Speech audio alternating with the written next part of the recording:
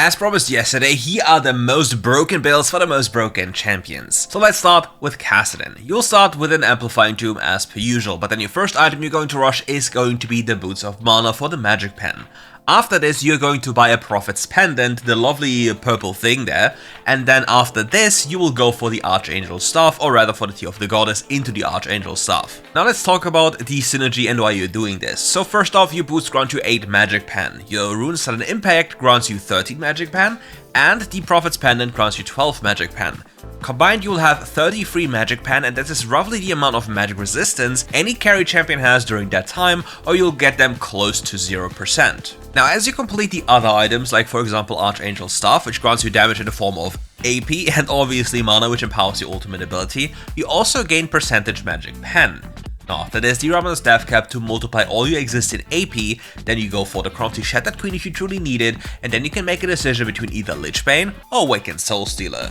Lich Bane will add even more burst damage to the mix, but most of the time you don't even need it, so you'll be better off with the additional haste you gain from the Awakened Soul Stealer. For enchants, QSS or Stasis because you really don't want to be caught with this champion, and for summoner spells, it's Flash and Ignite.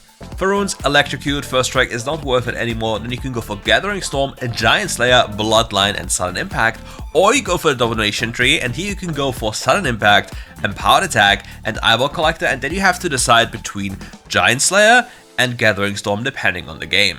The next build is going to be for Ezreal, and Ezreal here is about all auto attacks.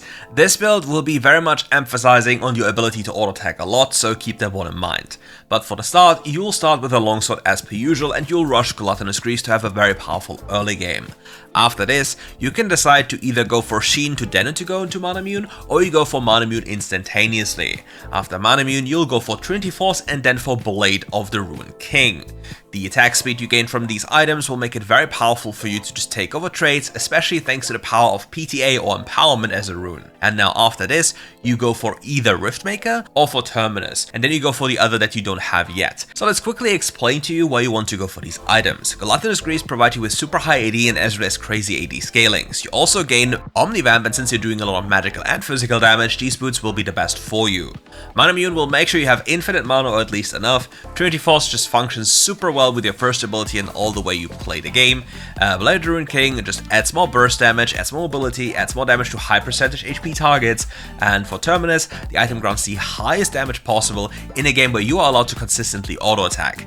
If in the game you're not allowed to auto attack, then you have to go for Cyrilda here and not for Terminus. And now for the last item, Riftmaker, again, the Omnivamp is going to be inside on your champion. You'll have it stacked all the time since you're a poke-like champion, and the damage you're dealing, especially with items like, for example, Blade of the Ruined King, will skyrocket with this item as well. For enchantments, the typical AD carry enchantment QSS, which is the best in slot. Alternatively, you can go for Stasis. Summoner spells, Flush and Exhaust, cookie cutter stuff, and for runes, Empowerment or PTA, Brutal, Giant Slayer, Bloodline, because again, you have a lot of magical and physical damage. And for the other rune, you can go for either Bone Plating or even for Sudden Impact if you truly have no threat in the game that is in any way dangerous to you. And if you're tired of paying too much for skins, just do yourself a favor, join up the Discord server in the description below, the Zoo server. There you will find plenty of skins, wild cores, everything WildRift and TFT related, maybe more games coming soon, but here's like a prize list of everything you can get there. So take a look, join up the Discord server, and yeah, enjoy your cheapest spending spree you've ever had. Next up, we have Xin Zhao, and there are plenty of builds you can go for. You have the Bruiser build, you have the Phase Rush Super Assassin build, and yeah, let's tackle the Bruiser build here. We have a Longsword into a Trinity Force Rush, and then we go for defensive boots. The reason is you don't want to itemize defensive boots early unless you specifically know that you're going to fight a lot, because then these boots will provide you with the highest value. Other than this, if you believe that the game isn't going to be a full fist fight, then you go for Trinity Force as a rush item. Now with that done, you go for the defensive boots and then for a Black Cleaver. You want the high stats, the high ability haste, and everything these items provide you with to just sustain upcoming fights. And after this, if you're facing full AD or super high AD, go for Frozen Heart into Amaranth Twin Guard and then do yourself a favor and get Death's Dance. For enchantments, take the Quicksilver enchant, go for Flash and Smite, and then for runes, Phase Rush, Nullifying Up, Bone Plating, Overgrowth, and Sudden Impact.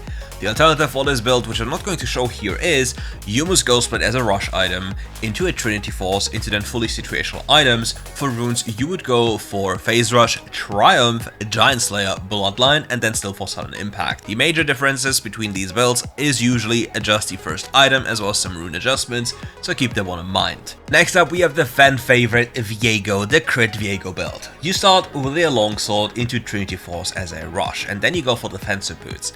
After this, it's time for Solari Charge Blade into Infinity Edge. But now, why do we go for Solari Charge Blade, what does it do, and why is it even so good?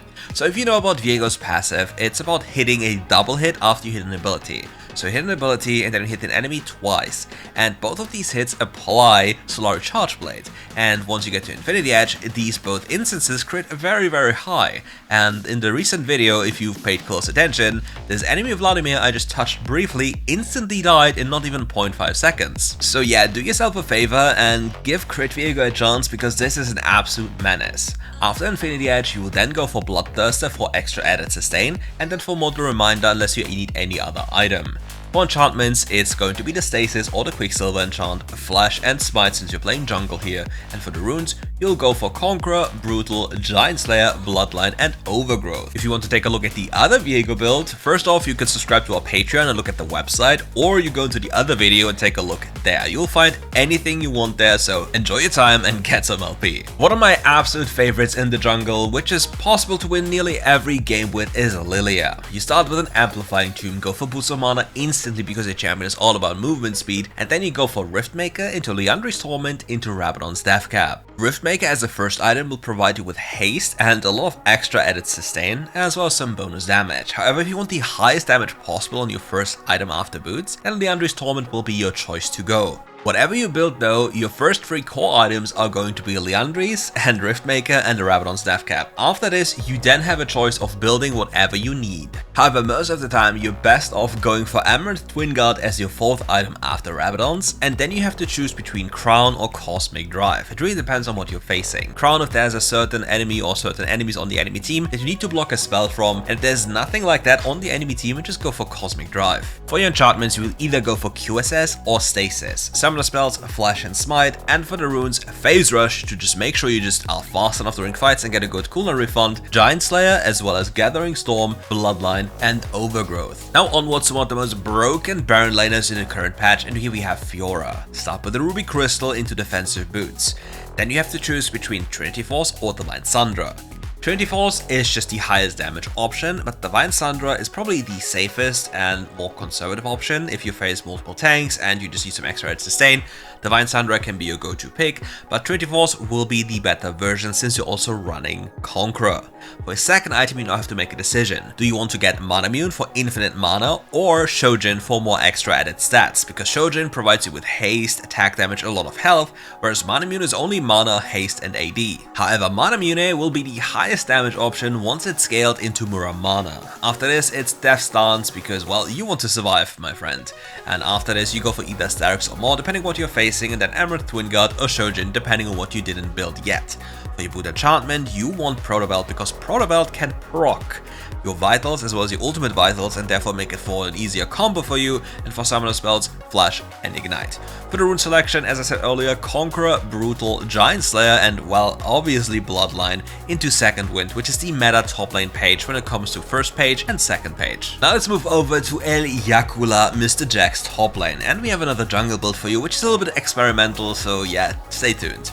So first off, we start with the Ruby Crystal into defensive boots as per usual, and for first item it's either Divine or Trinity Force, which is most of the time going to be Divine because our champion on first item isn't really the strongest, so with Trinity Force we might be losing out against certain tanks and Divine just makes it impossible.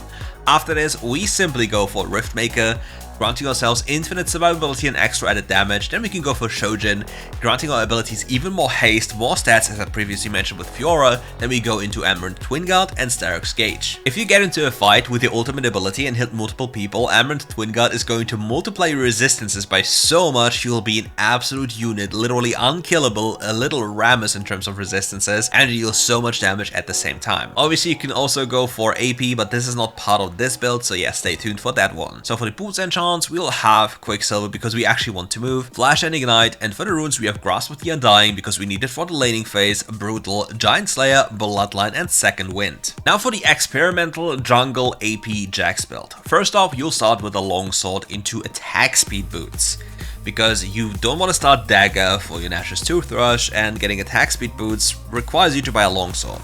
Now after this, you'll go for Nash's Tooth, so you have a lot of attack speed already settled on your build.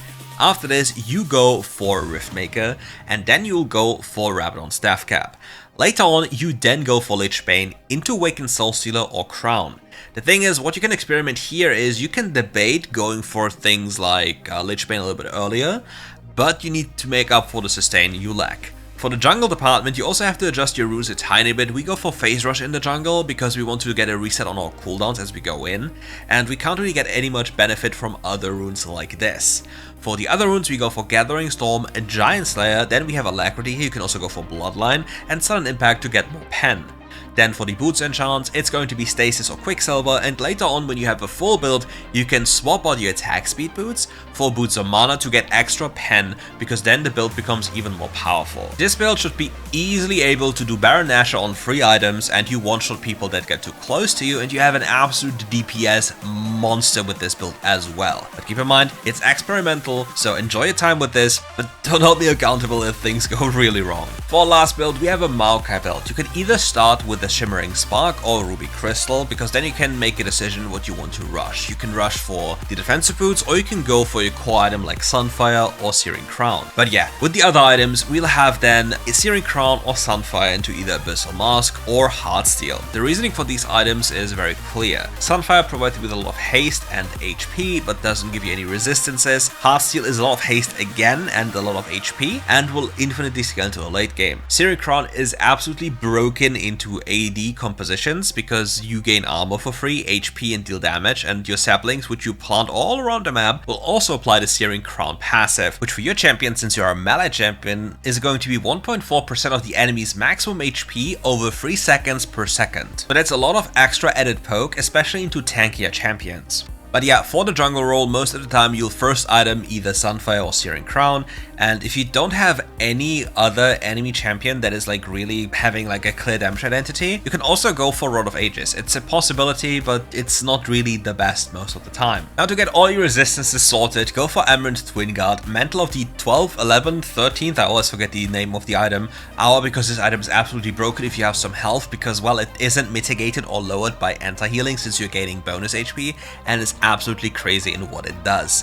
Then you go for the other item which you don't have yet, and then for Gargoyle Stoneplate. So very important here, just for your reminder, don't go Gargoyle Stoneplate super late, go it after your first item because it will allow you to go for very crazy plays because you're literally immortal with this item. Summoner spells, Flash and Smite, and as for runes, go for Aftershock, Courage of the Colossus, Second Wind, Overgrowth, and Triumph. You're a full utility champion, full tank, full relaxing, and you go in for your team and hope for the best. And with that, we're at the end of this video. Thank you all for watching, and don't forget about the sweet deals you can get on the Zoo server for TFT and WildRift. Just join up the Discord server, check out what you can get there. Don't forget to use Kirks10. And yeah, have a beautiful day. We'll see each other for more content tomorrow, and the new patch is coming soon as well, so stay tuned for more amazing content telling you everything you need to know about the upcoming changes and everything for you to climb faster.